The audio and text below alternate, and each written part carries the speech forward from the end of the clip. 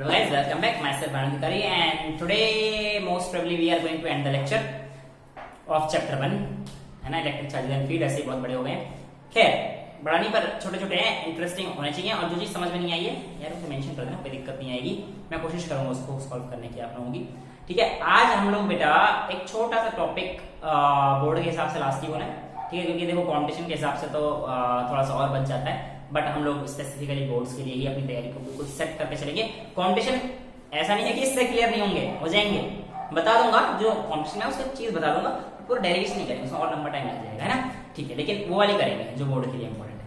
तो अब क्या हमें क्या करना है, इलेक्ट्रिक फील्ड बतानी है due to a thin spherical shell. Electric field writing signal लिखूंगा, कोशिश करो, नहीं आएगी यार मुझे पता है, कितनी कोशिश कर लो सर आपकी राइटिंग सुंदर नहीं आ सकती, मुझे खुद पता है तुम क्या बता रहे थे। Electric field due to a uniformly charge thin spherical shell, thin spherical shell, ये आपको नहीं करना। रेडियस अभी नहीं, बाद में दूंगा। देखो बेटा, स्फेरिकल शेल से समझने से पहले आप एक चीज समझ लो कि किसी भी कंडक्टर, किसी भी शेल, कुछ भी लू मैं इनमें से, हमेशा जो चार्ज रिसाइड करेगा उसके सरफेस पे ही करेगा। कहां पे करेगा? तो अगर मैं कोई पॉइंट चार्ज लेता हूं तो कहता हूं कि कोई गॉसियन सरफेस ड्रॉ करता हूं, तो बेटा याद रखना कि उस गॉसियन सरफेस के अंदर कितना चार्ज है, बाहर कितना चार्ज है, इस बात का पता कैसे पड़ा गया कि जो मेरा शेल है उसकी सरफेस पे कितना चार्ज है, या मेरा जो कंडक्टिंग मटेरियल है, कंडक्टिंग स्फीयर है, उसकी सरफेस पे कितना चार्ज है। इस बात से हम लोग बता रहे हैं। सर समझ में नहीं आ रहा, ऐसे नहीं आएगा, उसके बाद आएगा, ठीक है, सही है, बस सर मस्त। देखो बेटा, ये मैं मान के चलता हूं कि मेरे पास एक थिन स्फेरिकल शेल है।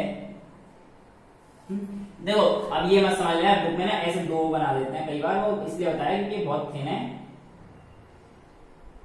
ये बहुत थिन बताना है, मतलब इसका और इसमें कोई अंतर नहीं है, इसकी रेडियस इसकी मान लिया, ठीक है। अब मैं आपसे कहता हूं कैलकुलेट कीजिए electric field at a point P, at a point P। इस शेल की रेडियस मैंने आप लोगों को R दे दी। अब मैं आपसे पहला केस कहता हूं, कैलकुलेट कीजिए electric field at point P when case 1 R is greater then R। अब ये वाला R, ये कौन सा होगा बेटा, ये वाला जो डिस्टेंस है, ये वाली यहां से यहां तक, ये छोटा R है और ये इस बड़े R से बड़ा है। This radius is greater then this. देखो बेटा, गॉसियन साहब का जो सरफेस है ना, उसको ड्रॉ करने के लिए एक चीज हमें पता होनी चाहिए कि देखो उस पॉइंट से जरूर पास करना चाहिए जहां पे आप लोगों को इलेक्ट्रिक फील्ड निकालना है। ये तो बताना चाहता हूं, Gaussian surface it is equal to q times the epsilon naught time passing through that point. तो इस पॉइंट से ड्रॉ कीजिए गॉसियन सरफेस। अगर मैं इस पॉइंट से ड्रॉ करता हूं तो एक पता नहीं बनेगा या नहीं, बन जा भाई, बन जा यार, अरे मस्त बनाया इस बार तो, बोलो है ठीक है, करो मजे आ गए, पहली बार बनाओ, बोला है। चलो अब देखो, ये हमारे पास बेटा R बड़ा है R से, और मेरे पास यहां पर uniformly charged thin spherical shell है। इस गॉसियन सरफेस ने जो चार्ज एनक्लोज कर रखा है, ये यही तो है,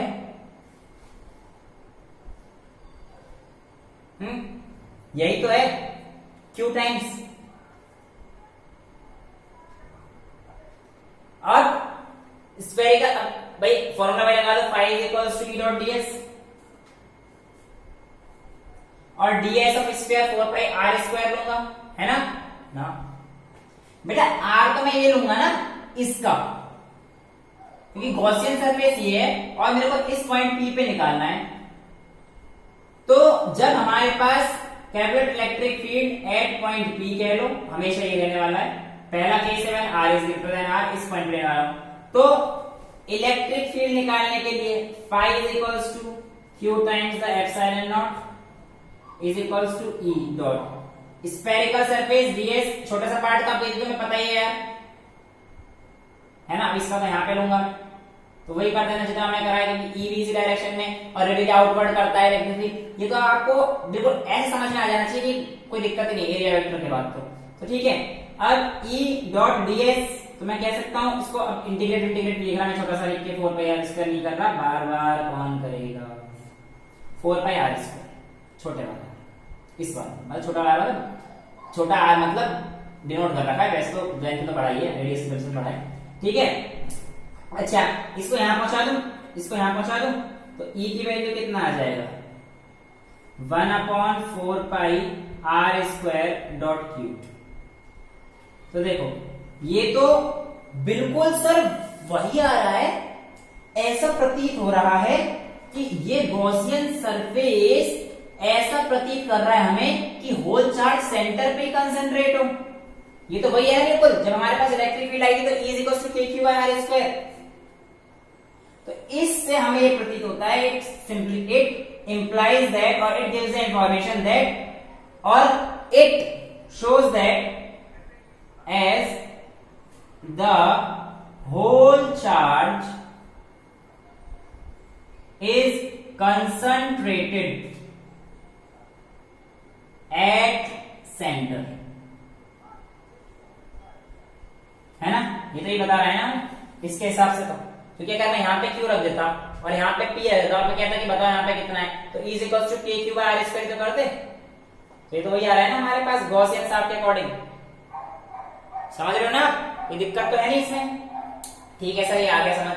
अब मैं बेटा इस पी सरफेस को यहाँ पे लेके जाता हूँ, मतलब इस पी को इस पे लेके जाता हूँ, स्फेरिकल शेल जो मेरे को गिवन है उसी के सरफेस पे ले जाते हैं, जिसका रेडियस क्या है आर है, ठीक है। तो अब मेरे पास ये गॉसियन सरफेस नहीं रहेगी सेकंड केस में। पहला केस आई होप समझ में आएगा, दोबारा स्क्वायर नहीं बनेगा भाई, ध्यान रख लेना।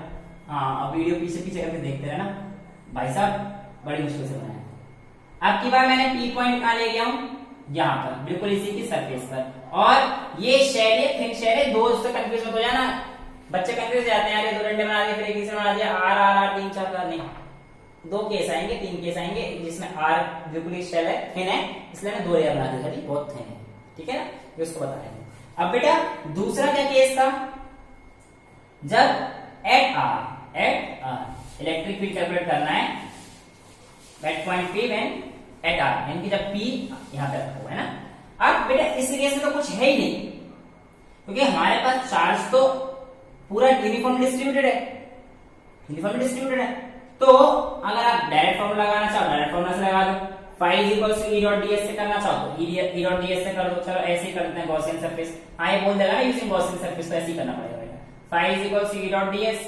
अब इसमें कितना चार्ज है वो सर रखा है Q by epsilon naught, Q times the epsilon not is equals to E dot surface area of, इसका वही इंटीग्रल करके इसका एरिया वेक्टर बाहर की तरफ, तो डीएस के लिए कितना आ जाएगा 4 पाई आर स्क्वायर, ये नीचे आ जाएगा।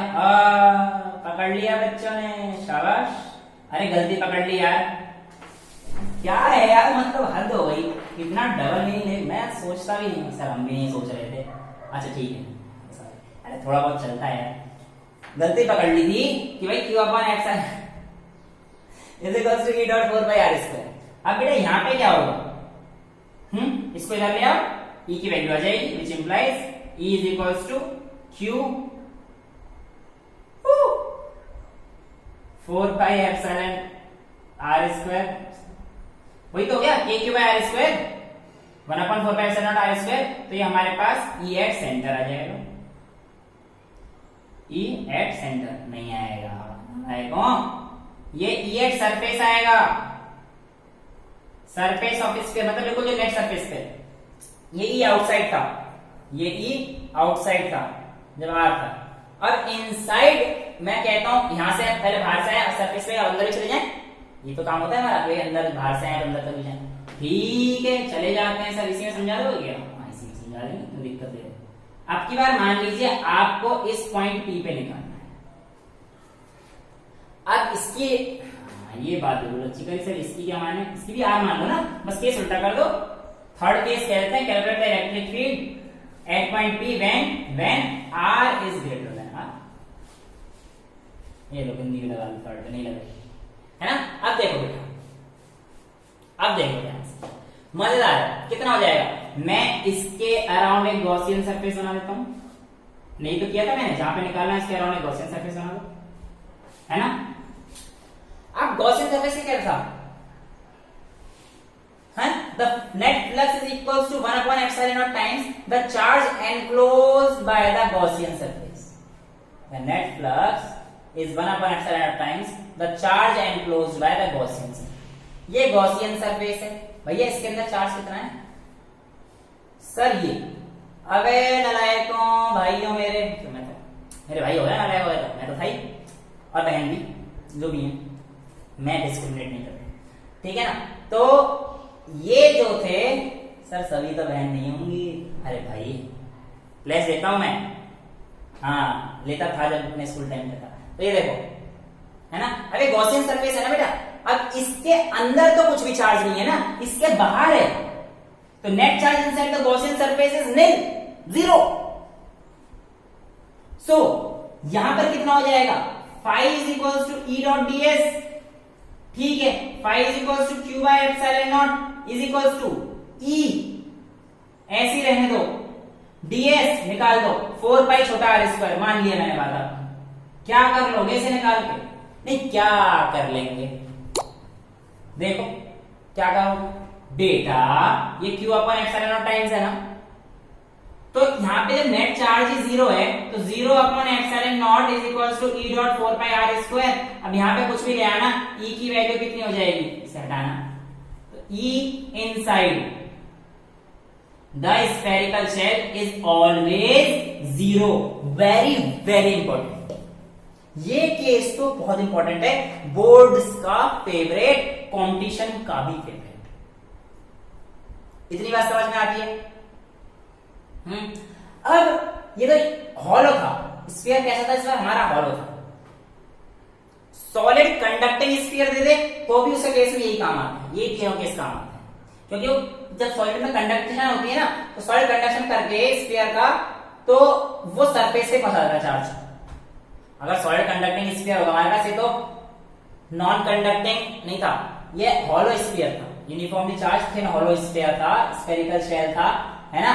अब अगर ये कंडक्टिंग होता तो भी ऐसा ही होता, अगर कंडक्टिंग होता ना तो आप जो चार्ज देते तो कंडक्ट कर करके सरफेस पे आता और यही केस लगता, यही केस लगता। लेकिन अगर नॉन कंडक्टिंग होता तो दिक्कत आ जाती है। उसकी डेरिवेशन तो नहीं करेंगे, मैं आपको रिजल्ट बता देता हूं बस, है रिजल्ट बता दूं। उसमें बाहर और सरफेस का तो यही रहने वाला है, बाहर और सरफेस का तो यही रहने वाला है, अंदर का थोड़ा सा चेंज हो जाता है। ई इनसाइड इसमें कुछ और ही आता है, मतलब ऐसे समझ लो कि अगर अंदर का रेडियस r है तो उसका जो डेरिवेशन आती है ई की आती है 1/4 pi epsilon not dot r upon r cube. कैसे आई, क्या आई, इस बात के लिए देखो मैं बोर्ड से बच्चों को सजेस्ट नहीं करूंगा, बाकी अगर बच्चों को सच्ची में जानना है तो नीचे कमेंट बॉक्स में डाल दो कि हाँ सर ये भी समझा दीजिए, तो मैं जरूर एक वीडियो बना के डाल दूंगा, कोई बड़ी बात नहीं। पर ये किसके लिए है, non conducting, non conducting solid sphere, solid sphere, ये बात ध्यान रखना कि हॉलो होगा ना तो उसके लिए case non conducting solid sphere के लिए इनसाइड की वैल्यू आती है। अच्छा सर इनका ग्राफ बहुत important, very very important, duster साहब ले आए, है ना। तो देखो मैं ये वाला क्वेश्चन रखता हूं, सब समझ में आ गया, एक और समझा दो। पहले बेटा मैंने बाहर गॉसियन सरफेस माना था, गॉसियन सरफेस जब मैंने बाहर माना तो मैंने क्या देखा कि भाई k = 1/4 k cube by r square आया, उसमें r की वैल्यू आई तो वो इस सरफेस की वैसे आई, है ना, क्योंकि चार्ज एनक्लोज्ड बाय सरफेस यही था, q था। यहां पर तो ये q है ही, पर अंदर जीरो हो जाएगा क्योंकि यहाँ पे कोई नेट चार्ज नहीं है। और सर आप कह रहे हो कि नॉन कंडक्टिंग सॉलिड स्फीयर में केस ये आता है, तो ये हम लोग अगर एक नंबर में आएगा आपके पेपर में, डेरिवेशन सिलेबस में नहीं है, बोर्ड नहीं आ सकती, ठीक है। अब हम लोग बेटा ग्राफिकल रिप्रेजेंटेशन देखते हैं। ग्राफ मुश्किल तो है नहीं, पर बहुत ही दिमाग से करना है यार, ये मिटा दिए। चलो फिर तुम्हें समझ तो आ गया ना कि इनसाइड जीरो नहीं होता non conducting solid sphere. Non conducting solid sphere के इनसाइड इलेक्ट्रिक फील्ड जीरो नहीं होता, बट हॉलो वाले में है। देख लिया हमने, देखो ग्राफ कैसे बनता है। अब मैं पहला केस अपने जो बोर्ड्स में था, और अरे ये जनाब तो खत्म हो गए, दूसरे जनाब जेब में ही है, टेंशन नहीं लेने का। अरे बहुत माल है भाई के पास, गिरेगा गिरेगा गिरेगा। सर इसमें ही डाल दो। एक सर हमारे ना कैमरे के पीछे बैठे रहते हैं, कभी कैमरे पे आना नहीं चाहते, तो कभी फेस करेंगे आप, टेंशन ना लीजिए। ये देखो बेटे, पहला केस देखिए, पहला केस था जब हम लोगों ने देखा था कि electric field inside the sphere zero था। ठीक है, तो ई वर्सेस आर का ग्राफ बनाइए, ई वर्सेस आर का ग्राफ बनाइए। देखो बेटा, मैं मान के चलता हूं ये मेरा वो स्फीयर है, ओवल बन गया। मुझे पता है स्फीयर बनने नहीं था, तो कैसे बनेगा बड़ा मस्त घोंसले वाला। चलो ये ई और आर था, तो बेटा इनसाइड तो यहां से लेकर यहां तक की वैल्यू रहेगी ना, यानी कि जब सरफेस तक नहीं आएगा तब तक तो ये जीरो रहने वाला है, तो इसको यहां से सीधा रखना कीजिए, है ना। और यहाँ पर जब इसकी रेडियस आर थी, ये वाली कैपिटल रेडियस आर थी, तो यहाँ पे इसकी वैल्यू करी थी हमारे पास ई की value 1/4 pi epsilon naught Q times capital R square, और ये मैक्सिमम वैल्यू भी रहा करती है हमारे यहाँ। समझ आता है? इसके बाद क्या होगा बेटा, इसके बाद ऐसे डिक्रीज करेंगे, याद है भागे तो 1/4 पाई एप्सिलॉन नॉट छोटा आर स्क्वायर हो गया। तो यहाँ पर E varies inversely as 1/r square obeying the inverse square. समझ आता है? तो हमारे पास इसका ग्राफ आ जाता है। लेकिन अगर मैं बात करूं दूसरा केस समझाएगा जो पूछ जाने के चांस कम है, बट जो कॉम्पिटिशन की तैयारी कर रहे हैं बहुत अच्छी बात है, मेरे को बड़ा अच्छा लगता है उन बच्चों को समझाना। बट मैं बोर्ड्स की अगर बात करूंगा तो वो चीज है, वो नॉलेज तो यार कहीं से भी ले लो, बटोर बोली थी ना एक मूवी मेरे को बड़ी अच्छी लगती है, आप मूवी का नाम ले लेते हैं तो कई बार वो आ जाता है कि भैया आप लोगों ने ऐसा कर दिया ऐसा कर दिया, मैं नाम ले लूंगा, आप समझ जाओगे। भाई किसके लिए पढ़ो? ज्ञान के लिए पढ़ो, रटने के लिए नहीं। चाबुक के डर से तो शेर भी कुर्सी पे बैठना सीख जाता है। उसे क्या कहते हैं? Well trained, well educated. आपको क्या बनना है? Well trained, well educated, very good, है ना। तो बेटा वेल एजुकेटेड बनना है, हम लोगों ने कॉन्सेप्ट्स क्लियर करने हैं। राइटिंग पे इसी तरह से ध्यान मत दो, सारा पॉइंट मार गए ऐसी मारेगा बेटा। चलो अब ये हो गया है ना। अब हम लोग बात कर रहे थे कौन से वाले की? नॉन कंडक्टिंग की। अब नॉन कंडक्टिंग के केस में क्या था बेटा, इनसाइड हमारे पास कुछ ऐसे वेरी कर रहा था, यानी कि अब देखो बेटा जब मैं नॉन कंडक्टिंग का केस लूंगा ना तो वहां पे ना वॉल्यूम से जो है मेरे को थोड़ा सा डीएस की जगह में वहां पे वॉल्यूम लेना पड़ता है, रो लेना पड़ता है। रो की जगह मेरे को 4/3 पाई आर क्यूब डालना पड़ता है, वो ऊपर आ जाता है 4/3 पाई आर क्यूब से आर क्यूब कैंसिल आउट हो जाता है। अब ये आप समझ लो ऐसा कुछ होता है और ये आर रह जाता है। इसका मतलब आप ये कंक्लूड कर सकते हो ना कि ई वेरीज डायरेक्टली विद आर, जैसे जैसे आर बढ़ेगा ई भी बढ़ेगा। तो ग्राफ बना दो, यानी इनसाइड का है ये ई इनसाइड का है, आउटसाइड के केस में कोई दिक्कत नहीं होती, वो वही रहता है।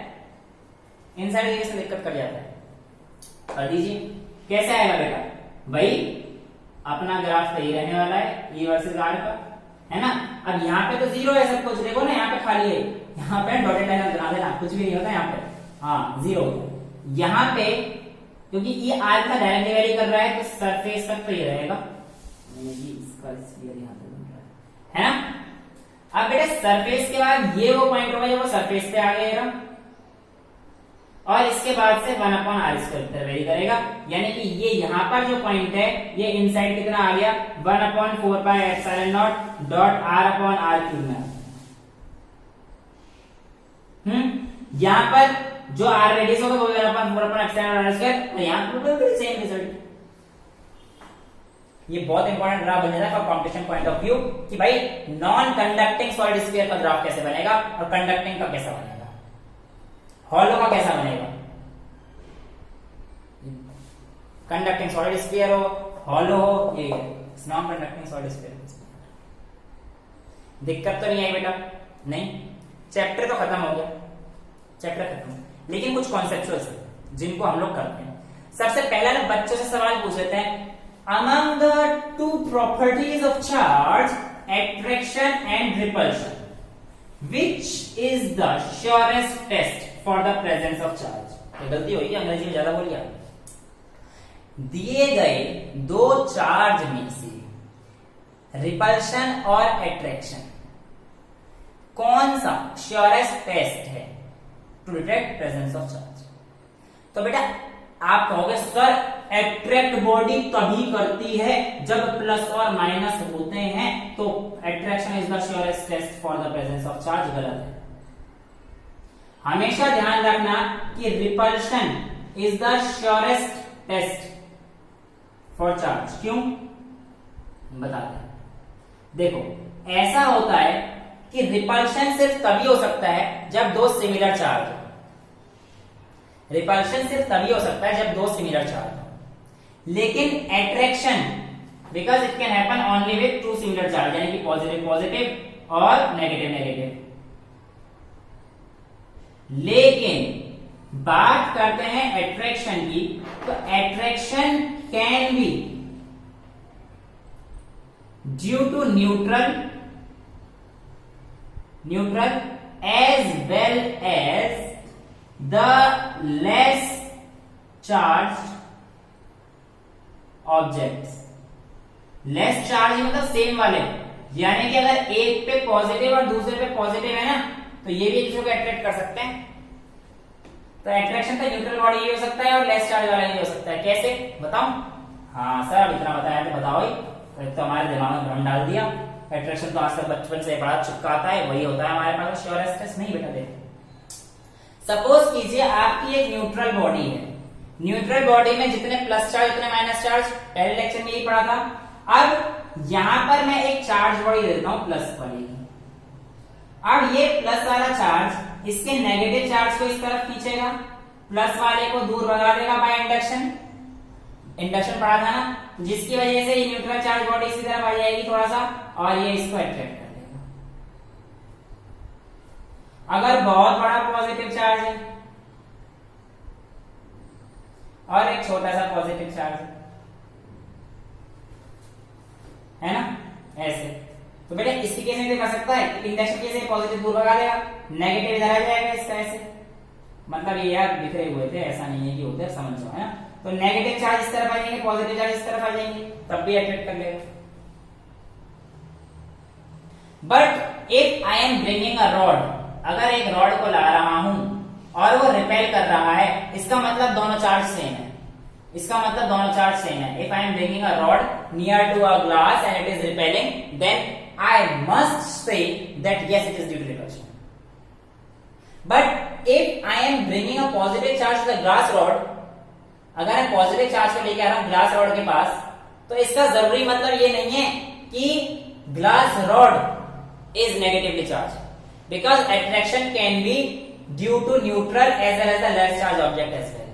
तो इस बात से हमें पता पड़ता है कि repulsion is the surest test for the presence of charge. एक कॉन्सेप्ट क्लियर हुआ। दूसरा बेटा, जो हमारे पास एयरक्राफ्ट होते हैं, उनके जो टायर्स है, एयरक्राफ्ट हवाई जहाज वगैरह, उनके जो टायर्स हैं वो स्लाइटली कंडक्टिंग बनाए जाते हैं। क्यों?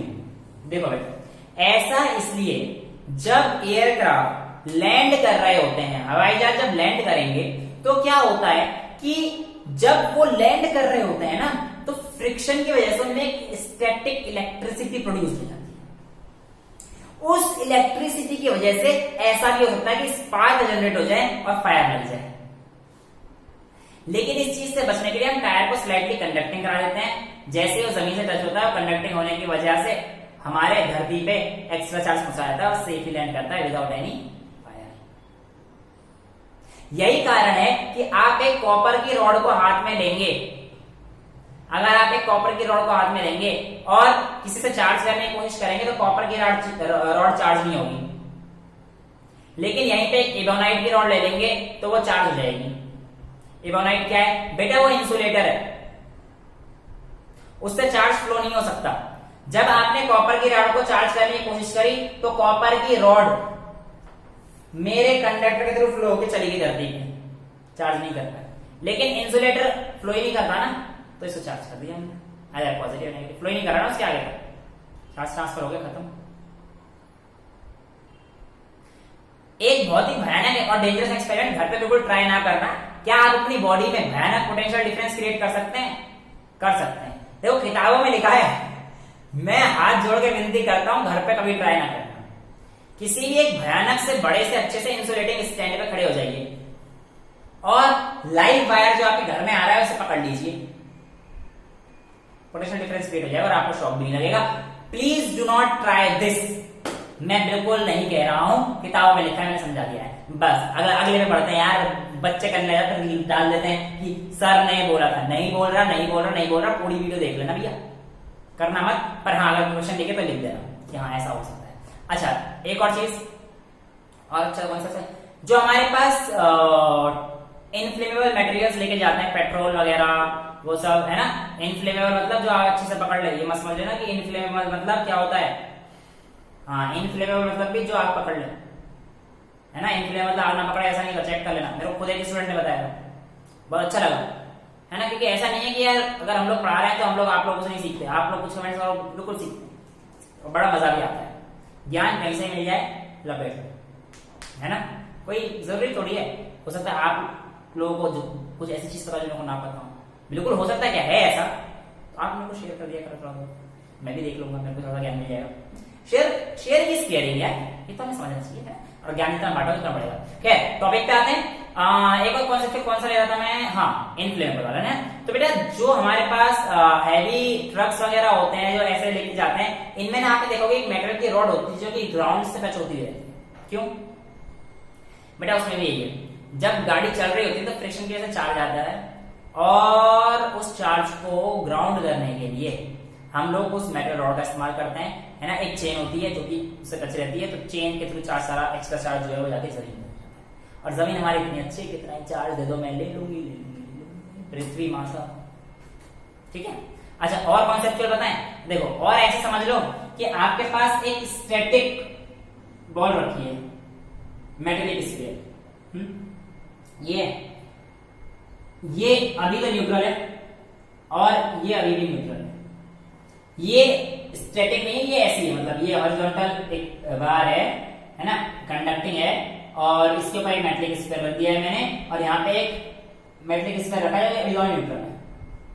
अब मैं इस पे एक पॉजिटिव चार्ज दे देता हूँ, सपोज यार तुम कहोगे सर आप पॉजिटिव से बहुत प्यार करते हो नेगेटिव, यार मेरा ब्लड ग्रुप ना बी पॉजिटिव है, जिंदा ही बी पॉजिटिव के मकसद पे रहते हैं। खैर ये नेगेटिव चार्ज, तो बताओ इस स्फीयर पे क्या फर्क पड़ेगा? क्या फर्क पड़ेगा? ये नेगेटिव है, ही रहेगा इसका काम ना ना, मतलब पड़ेगा, क्या मतलब पड़ेगा?